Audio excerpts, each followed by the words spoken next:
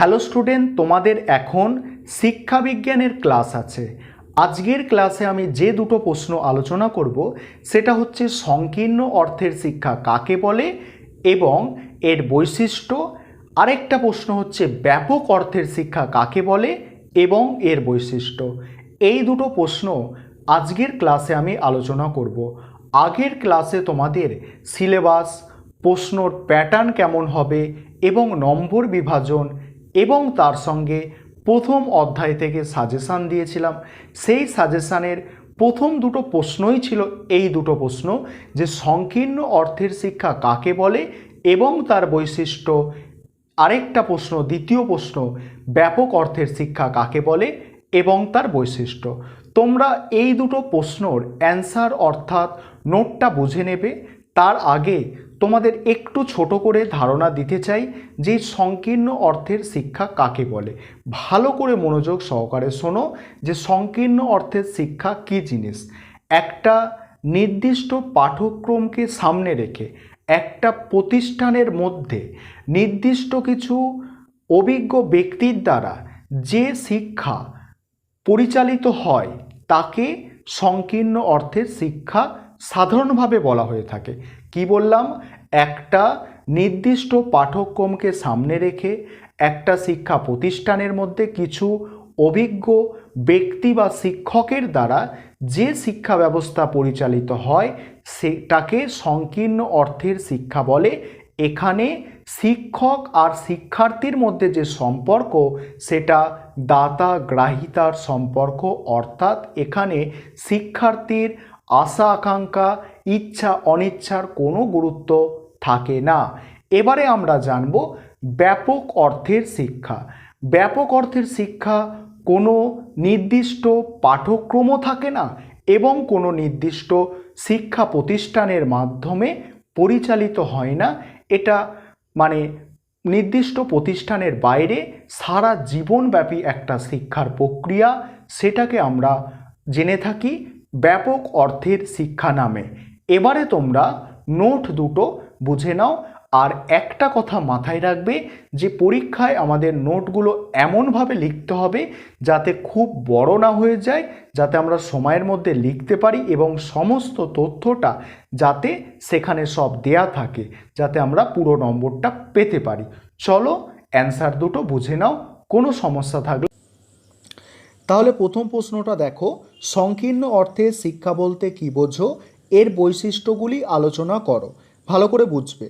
বলছে কোনো প্রতিষ্ঠানের মধ্যে নির্দিষ্ট পাঠ্যক্রমকে সামনে রেখে, নির্দিষ্ট পাঠ্যক্রম বলতে একটা সিলেবাসকে সামনে রেখে শিক্ষিত ও অভিজ্ঞ ব্যক্তির দ্বারা পাঠ্যক্রমের বিষয়গুলি শিক্ষার্থীদের মধ্যে সঞ্চালন করাকেই সংকীর্ণ অর্থে শিক্ষা বলা হয়।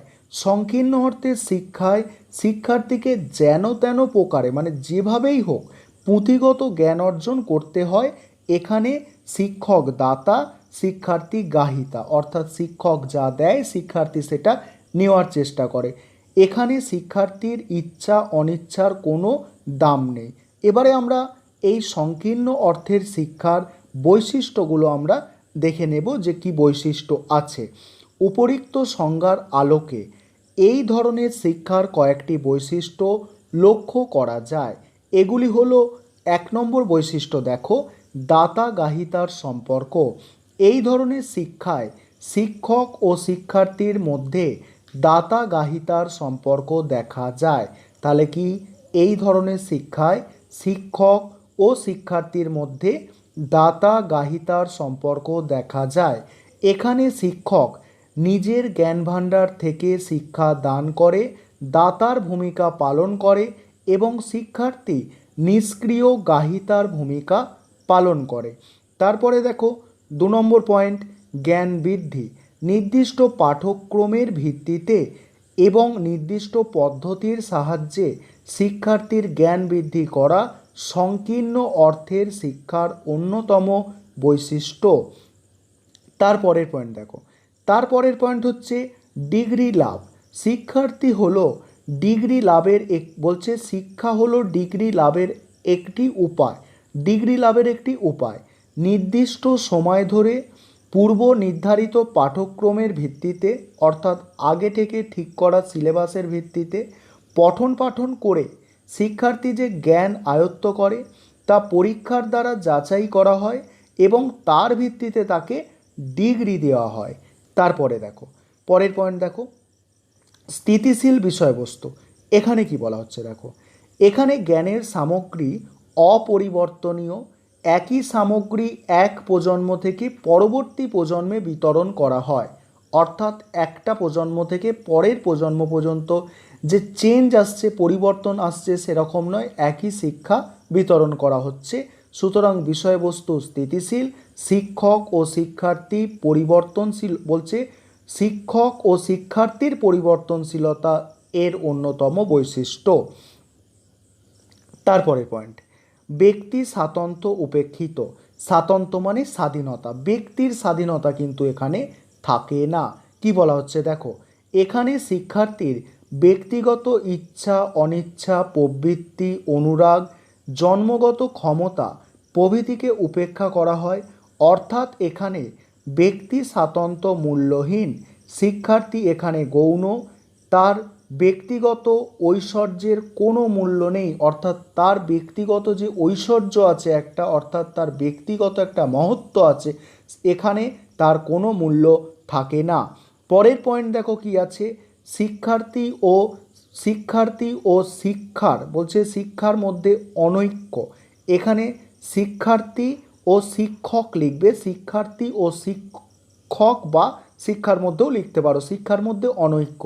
এখানে শিক্ষার্থী যা চায় তা অনেক ক্ষেত্রেই পায় না, কারণ এই ব্যবস্থায় শিক্ষা শিক্ষক নির্ভর। আবার এই শিক্ষা ব্যবস্থায় যা পাওয়া যায় তা অনেক ক্ষেত্রেই শিক্ষার্থী চায় না। এবারে আমরা দেখব উপসংহার। এটা ভালো করে দেখে নাও উপসংহারটা। এখানে কি বলছে দেখো, উপরের বৈশিষ্ট্যগুলির পরিপ্রেক্ষিতে বলা যায় বিদ্যালয়ের চার দেওয়ালের মধ্যে গতানুগতিক ও পরিবর্তনশীল যে শিক্ষা শিক্ষক ও শিক্ষার্থীর মধ্যে দাতা গায়িতার সম্পর্ক বজায় থাকে এবং শিক্ষার্থীর চাহিদা ও সামর্থ্যকে গুরুত্ব না দিয়ে কেবল পুঁথিগত জ্ঞানের মাধ্যমে ব্যক্তিগত ও সামাজিক উৎকর্ষ বিধানের চেষ্টা করা হয়, তাই হলো সংকীর্ণ অর্থের শিক্ষা। এবারে আমরা আজকের ক্লাসের দ্বিতীয় প্রশ্নটা বুঝে নেব।